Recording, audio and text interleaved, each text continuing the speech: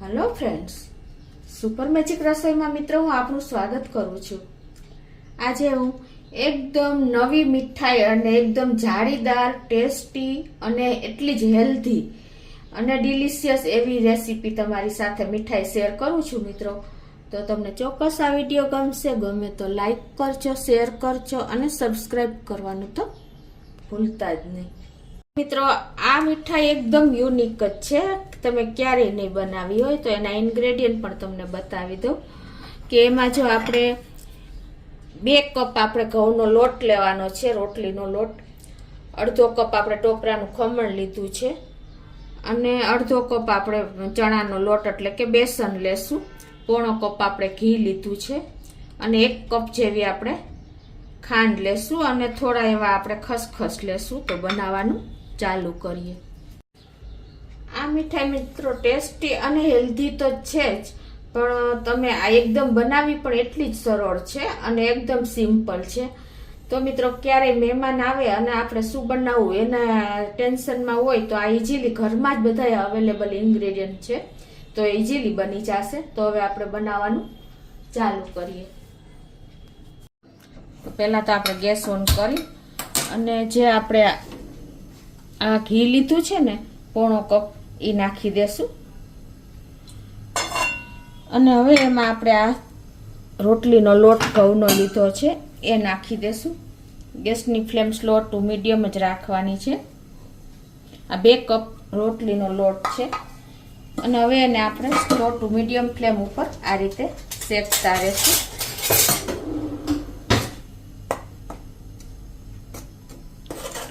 Perfect measurement સાથે જ હું તમને આ બતાવું છું મિત્રો।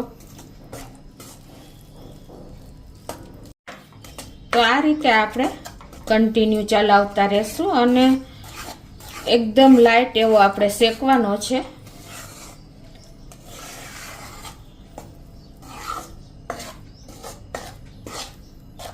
આ રીતે જો મિત્રો આપણે 3 થી 4 મિનિટ જેવું થશે શેકાતા, તો આપણે કન્ટિન્યુ ચલાવતા રહેશું।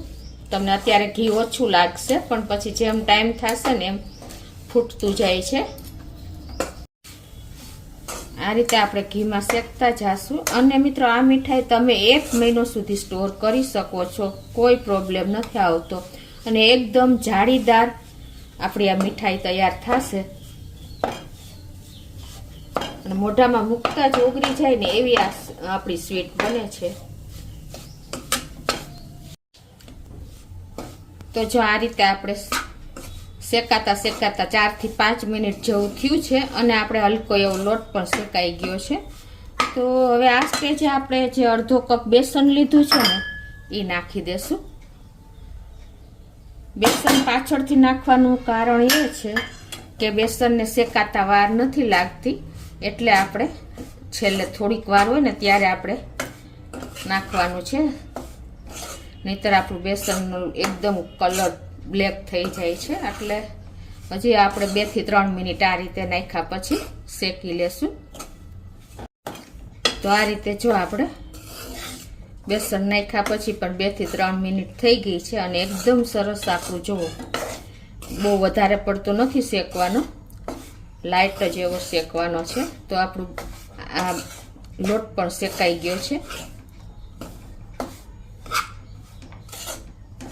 તો હવે એને આપણે ગેસ બંધ કરી દેશું અને આ રીતે જ આપણે થોડીક વાર આમને આમ ચલાવતા રહેશું, કેમ કે આપણું પેન પણ ગરમ જ હોય છે।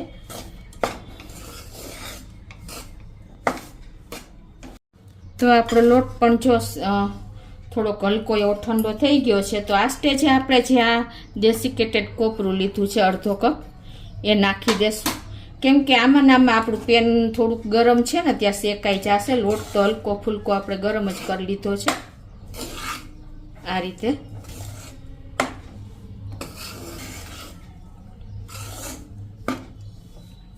હવે આને આપણે સાઈડ ઉપર રાખી દેશું। તો આ બાજુ આપણે ગેસ ઓન કરીને અને હવે આપણે ચાસણી બનાવવાની છે અને તો હવે એમાં આપણે 1 કપ આ ખાંડ લીધી છે અને એમાં આપણે અડધો કપ જેવું પાણી નાખી દેશું। 1 કપ ખાંડ સામે આપણે અડધું પાણી લેવાનું છે। અને હવે એને આપણે આ રીતે હલાવતા રહેશું.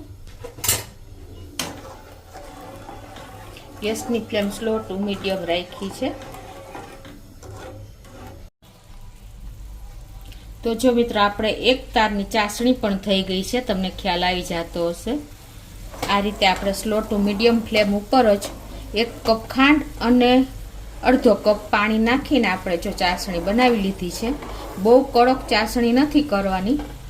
એનું કારણ એ છે કે જો તમારી ચાસણી કડક થઈ જશે ને તો આપણે જે આ લોટમાં જારી પડશે ને એ જારી નહીં પડે. એટલે ખાસ તમે આ નોટ કરજો. હવે આપણે આ ચાસણીને જે આપણે શેકેલો લોટ છે ને એમાં જ નાખી દેશું.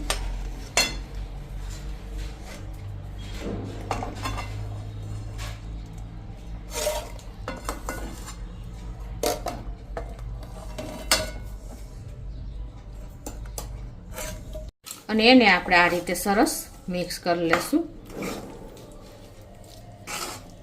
આ રીતે આપણે એને સતત હલાવતા રહેશું એટલે એકદમ એક રસ સરસ થઈ જશે અને વાર પણ નહીં લાગે જામતા.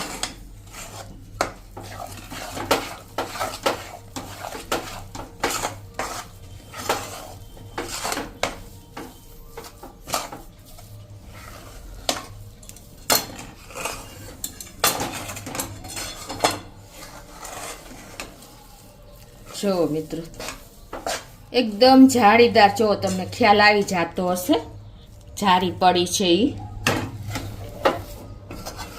તમે મીઠાઈ તો બહુ બનાવી હશે પણ આ એક યુનિક જ મીઠાઈ છે. તમે એક વખત આ ચોક્કસ ટ્રાય કરજો.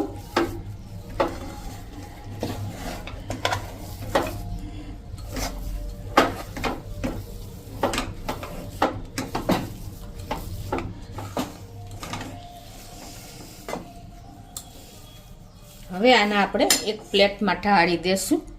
તો આ થાળીને જો પણ આપણે ગ્રીસ કરી લીધી છે ઘીથી. તો હવે એમાં આપણે આ ઢાળી દેશું અને એકદમ સરસ સ્પ્રેડ કરીને તૈયાર કરી લેશું.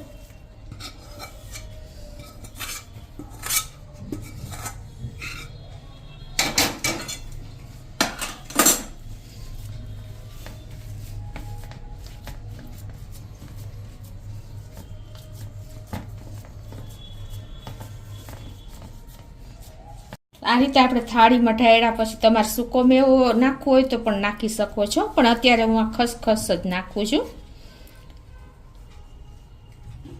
હવે આને આપણે મિત્રો ઠંડુ થવા દેવાનું છે 1 કલાક સુધી, પછી આપણે આગળની પ્રોસીજર કરશું. તો મિત્રો જો થોડુંક ઠંડુ થઈ ગયું છે, વધારે આપણે ઠંડુ નથી કરવાનું. પછી આપણે એને આ રીતે કટ મૂકી દેશું.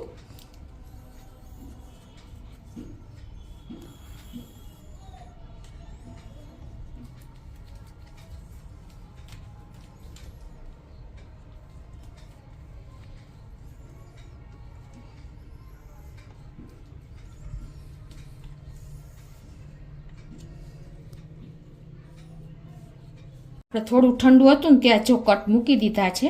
હવે આપણે એકદમ ઠંડુ થાય ને પછી જ આપણે પીસ ખોલશું. તો ઠંડુ થવા દેશું. તો મિત્રો જો અડધી પોણી કલાક જેવું થયું છે અને આપણે આ એકદમ ઠંડી થઈ ગઈ છે. તો હવે તને ખોલીને પણ તમને બતાવી દઉં. જુઓ મિત્રો એકદમ સરસ જાળીદાર આપણી સ્વીટ તૈયાર થઈ છે. મોઢામાં જાતા જ જો ઓગળી જાય અને મેલ્ટ થઈ જાય ને એવી આપણી આ મીઠાઈ બની છે મિત્રો. અને આ મીઠાઈ તમે 1 મહિનો સુધી સ્ટોર પણ કરી શકો છો અને એકદમ સરળ રીતે અને પરફેક્ટ મેજરમેન્ટ સાથે જ મેં તમને બતાવી છે મિત્રો. તો તમને ચોક્કસ આ વિડીયો ઉપયોગી થશે. તમને ગમે તો લાઈક કરજો, શેર કરજો અને સબસ્ક્રાઈબ કરવાનું તો ભૂલતા જ નહીં.